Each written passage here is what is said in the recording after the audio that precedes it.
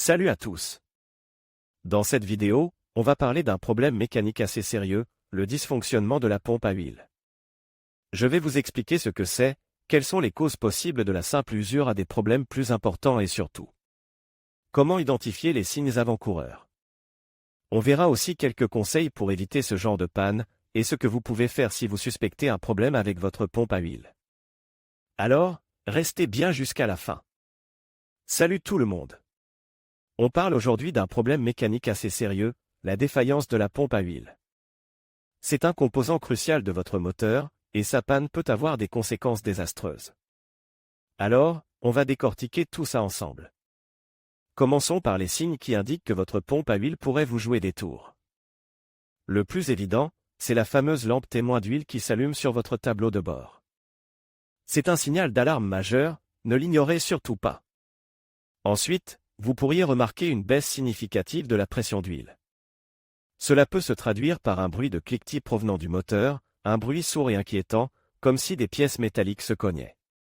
Le moteur peut aussi perdre de sa puissance, devenir moins réactif à l'accélération. Vous pourriez également observer des fuites d'huile sous votre voiture, bien sûr, et une surchauffe du moteur, car l'huile ne circule plus correctement pour le refroidir. N'oubliez pas que ces symptômes peuvent aussi être liés à d'autres problèmes, donc il est crucial de faire un diagnostic précis.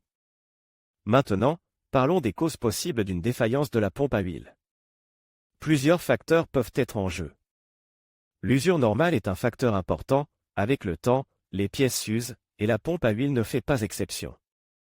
Une mauvaise qualité d'huile, ou une huile trop vieille, peut aussi endommager la pompe et réduire son efficacité. Un manque d'huile, dû à une fuite ou à un oubli lors de la vidange, est une cause fréquentée de problèmes.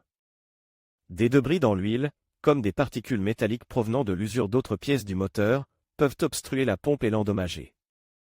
Enfin, un problème mécanique interne à la pompe elle-même, comme une usure des engrenages ou un roulement défectueux, peut être à l'origine de la panne. Il est important de noter que ces causes peuvent être interdépendantes. Enfin, comment identifier avec certitude une défaillance de la pompe à huile ? Il n'y a pas de méthode miracle à domicile pour être sûr à 100%.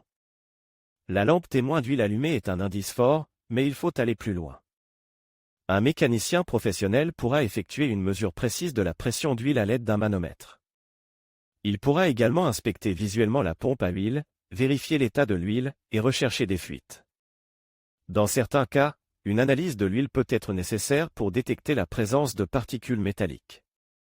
N'hésitez pas à consulter un professionnel dès que vous suspectez un problème avec votre pompe à huile. Un diagnostic rapide et une réparation efficace vous éviteront des dommages importants et coûteux sur votre moteur. Prendre soin de sa voiture, c'est aussi anticiper les problèmes.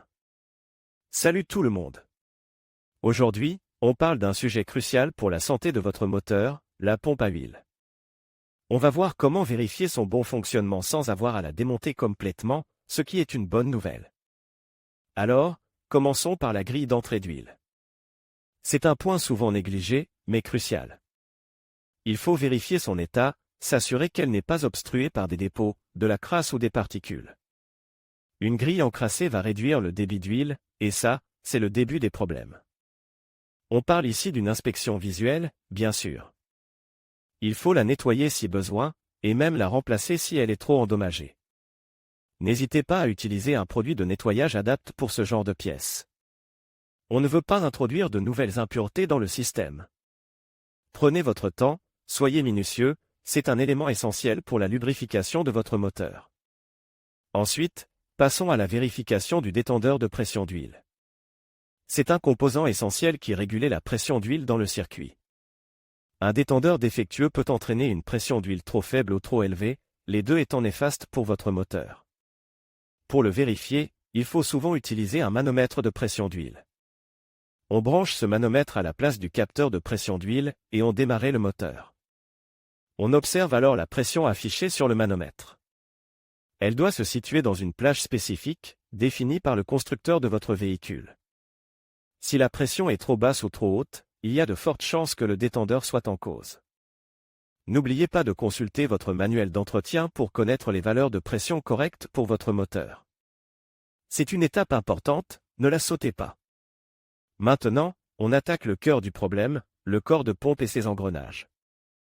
Sans démonter complètement la pompe, on peut quand même faire quelques vérifications. Par exemple, on peut inspecter l'état général du corps de pompe. On recherche des fissures, des traces de corrosion ou des déformations. Tout signe d'anomalie est un signal d'alarme. Ensuite, on peut essayer d'évaluer le jeu axial des engrenages. C'est plus délicat, et cela nécessite parfois un peu d'expérience. Un jeu axial excessif indique une usure importante des engrenages, ce qui peut compromettre le débit d'huile. Si vous n'êtes pas à l'aise avec cette manipulation, mieux vaut confier cette vérification à un professionnel. La sécurité de votre moteur est primordiale. N'oubliez pas que la pompe à huile est un élément vital, et sa défaillance peut entraîner des dommages importants et coûteux. Alors, soyez vigilants.